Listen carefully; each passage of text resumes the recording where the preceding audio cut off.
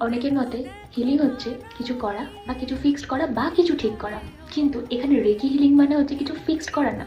Reiki basically হচ্ছে একটা state. Doctor মিকাই উশির তত্ত্বাবধানে রেকিকে বলা হয় স্টেট অফ প্রেজেন্স। যেটার মানে কি?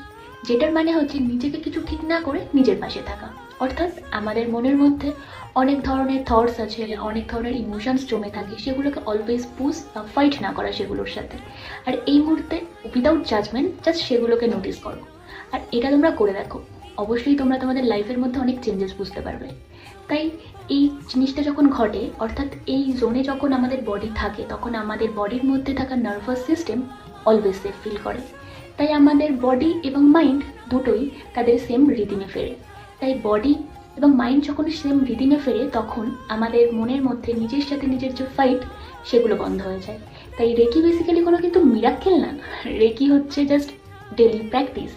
তাই আমাদের রেকি প্রত্যেক দিন করা উচিত, আর প্রত্যেক দিন এই প্র্যাকটিসের মধ্যে থাকা উচিত। Thank you.